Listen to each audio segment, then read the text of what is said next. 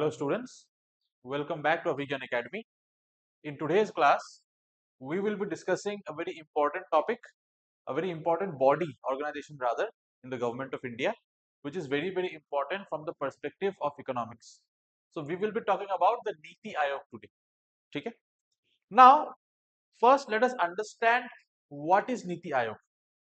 What is the full form of NITI, NITI? Okay? The full form of NITI is National Institution for Transforming India. That is the full form of NITI, NITI. So what is NITI Aayog? See, NITI Aayog is a think tank. The term that they use to describe NITI Aayog is a think tank. Now, what do you mean by a think? What is meant by a think tank? See, think tank means a group of people who come together, who sit down, and they basically do deep research, analysis based on the research, and then they come to certain conclusions. And what are these conclusions for? These conclusions are for drawing certain policies for the country. Because see, we all know that India is a very diverse country. India is not a very unitary country. It's a very diverse country. There are different groups of people living in different parts of the country. Even live around people, even the climate of the country is not same everywhere. The geography of the country is not same everywhere. The culture of the country is not same everywhere. The needs of the people are different everywhere. Maybe in some places there may be a surplus of an item, but in another place the same item may be in deficit. For example, if I talk about tea, in Assam tea is very cheaply available, and moreover it is present in surplus because it is grown here. But now if I go to a place like Delhi, then price of Assam tea changes because it is not grown there. Even the availability is not as much as it is locally in Assam. So depending on different situations, the requirements and needs of people change. Now India cannot go for a one size fits all approach. Now how did the NITI Aayog actually come into being? Earlier India had a body known as the Planning Commission of India. So now this Planning Commission used to make 5-year plans for the country. Now, what are 5-year plans? See, now after the British had plundered the country, the British had plundered us for almost 200 years, 2 centuries. And after that, the British left us in a very poor state. Now, the problem with us was that our needs were huge. The literacy rate in India was somewhere about around 15 to 20%, maybe something around 17%, if I'm not wrong. And the situation of people was very minuscule. There was no savings with people. Investment तो छोड़ ही दो, investment की बात ही नहीं कर रहा हूं. There were no savings. People did not have jobs. People did not even have the basic food to eat to fill their stomach. People did not have homes, clothes to wear. That was the situation of India at that time. And our resources were very limited. The money, capital, everything was very limited. And the reason being that we had been plundered unlimitedly by the British for almost 2 centuries. And because of that, the resources in our hand were very less, minimum. But our wants and needs were very high because the population of India was growing. The population was high. The human capital was very high. But educating them, feeding them, it needed resources. Educating them, feeding them, making them good enough to have jobs, even to pay salaries for jobs. All of this required money. But we did not have resources at that time. So for that, planning was necessary. Planning was of utmost importance. Now, the reason being that in order, because see, if your targets are unlimited, you have many targets, but if your resources are very less, then at that time you need to have a goal of prioritizing. You cannot go all at once in all the places. You need to concentrate your resources through places which have the highest priority. You solve the problems which have a higher priority, then you go to the other problems which have a lower priority. Now the question here is that how do you understand it? For that, the planning commission used to make a 5-year plan, that in the next 5 years, this or these are the amount of resources that we have in our hand, all right, and these are the problems that we are going to solve in the upcoming 5 years using these resources, and accordingly we will be allocating these resources to all the problems out there, जितना जिस problem के लिए जरूरत है, जितना हम 5 साल में कर पाएंगे. But now this planning commission has been replaced by the NITI Aayog. All right. Now, the one issue in planning commission was that the planning commission used to go for a one-size-fits-all approach, because planning commission did not have any representation from the state governments. Planning commission had absolutely no representation from the states. The planning commission was wholly represented by members of the union government. Okay? States का representation नहीं था. Now the main part is that do you think all states in India have the same requirement? Absolutely not. If I talk of two neighboring states only, if I talk of Karnataka and Andhra Pradesh, Karnataka and Andhra Pradesh, they are just beside each other. Even then, both the states have different needs. If I talk about Maharashtra and Karnataka, both the states are bordering states. Even despite of that, they have different needs. So there are no two states in India jinke sare needs or requirements completely same. So without taking a representation from the different states, without taking the opinion of the states, if the planning and the solutions which are rolled out, if they are done at a one-size-fits-all level, then what happens is that it does not suit everybody. Maybe some of the purposes served, as for example, poverty. Poverty is a universal issue. No matter which state you come from, poverty exists in all the states of India. But the fact is, there are many other issues as well. See, Planning Commission was a very, very successful initiative by the government of India for solving problems like employment and poverty during that time, when India was in a very plundered situation, left behind by the British Empire. Now, coming to the point, there are many problems that the Planning Commission has solved, but there were many that were still unaddressed, or I would say not addressed properly, because it did not have representation of the states. They were going for a one-size-fits-all approach. But NITI Aayog, on the other hand, does not go for a one-size-fits-all approach. NITI Aayog has a proper representation from the states.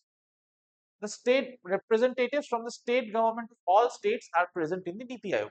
Now, first, let's have a look at the NITI Aayog, the composition of it. All right. The chairperson of the NITI Aayog is the Prime Minister of India. Okay. So, currently, the Prime Minister of India is Mr. Narendra Modi. So, Mr. Modi is currently also serving as the chairperson of the NITI Aayog because he is the Prime Minister. What is the role of NITI Aayog? See, the role is of being a strategic think tank. Basically, the NITI Aayog makes strategies, thinks, it makes certain policies, it researches, analyzes, comes to conclusions, and based on that, it makes certain policies which are implemented for the development of the country. Now, the point coming here is that NITI Aayog does not have any financial powers.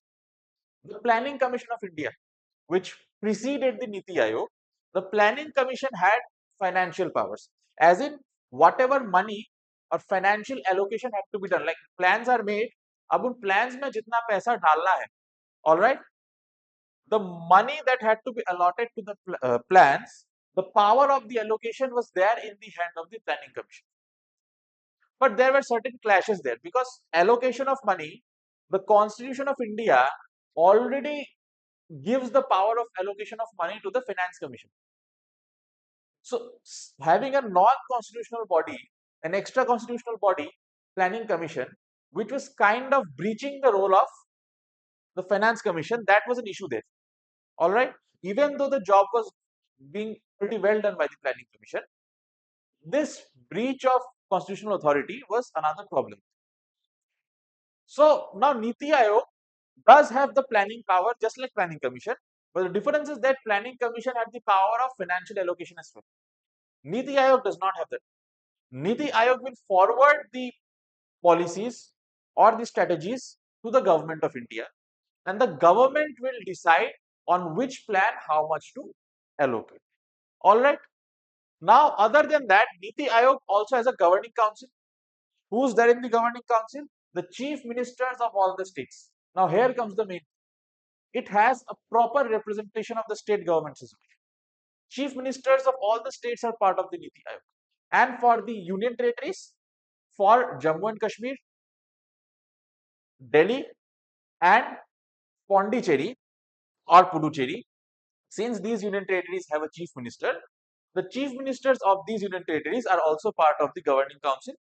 And for the other union territories like Ladakh, Dadra and Nagar Haveli, and Daman and Diu, Andaman and Nicobar, Lakshadweep, Chandigarh, for these union territories, the lieutenant governors or the heads of these union territories are part of the NITI Aayog. All right. Now let us understand, what does this NITI Aayog actually foster? How does it help us? First, we have cooperative federalism. Now see, what is federalism? See, whenever in a country there is a main central government at the top, and the country is divided into many states or regions, and each state or region has its own government of its own. Like India, we have a central government and state government in all the states. And in between that, all state governments, along with the central government, they have to work together. This structure is known as federalism. Now, NITI Aayog causes cooperative federalism. Now, what does cooperative federalism actually mean? See, when all the parties, all the states and the center are coming together and sitting in one place, whatever plan and strategy will be made, that will be made only after a proper discussion between the center and the states.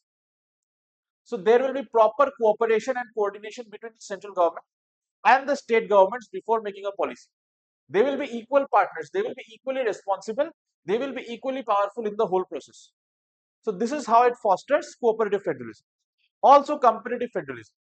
Now see, NITI Aayog has certain indexes like cleanliness index, okay, water index, SDG India index, that which state, now this index, these indices have some rankings, like for example in water index, whichever state will have better performance in water preservation, in water supply, water conservation, these states will have a higher rank in the index.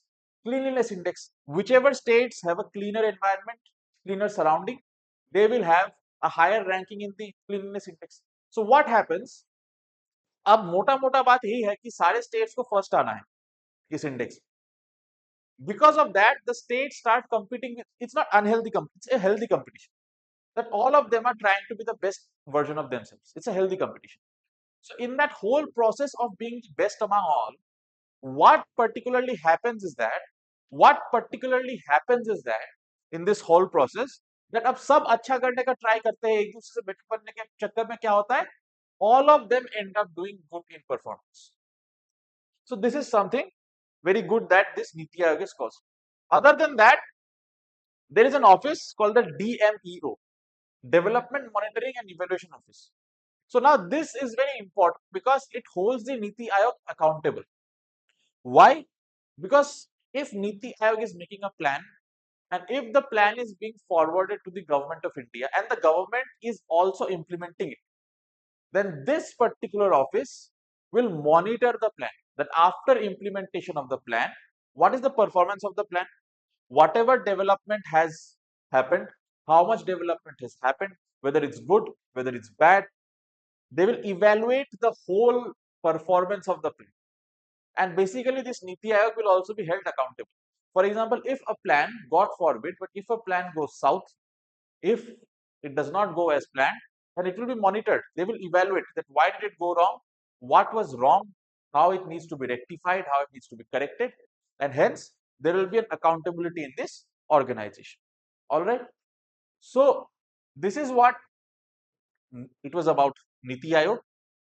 I hope this video was really helpful for all of you. It's a very important body and it's also important from current affairs point of view that the positions in NITI Aayog keep changing. So if you keep a track of the news every day, you will know that what policies the NITI Aayog is making. For that, I strongly suggest reading magazines like Kurukshetra and Yojan, where you will get an idea of the policies made by NITI Aayog. I'll see you guys very soon again. in another video. Until then, thank you, goodbye, and Jai Hind.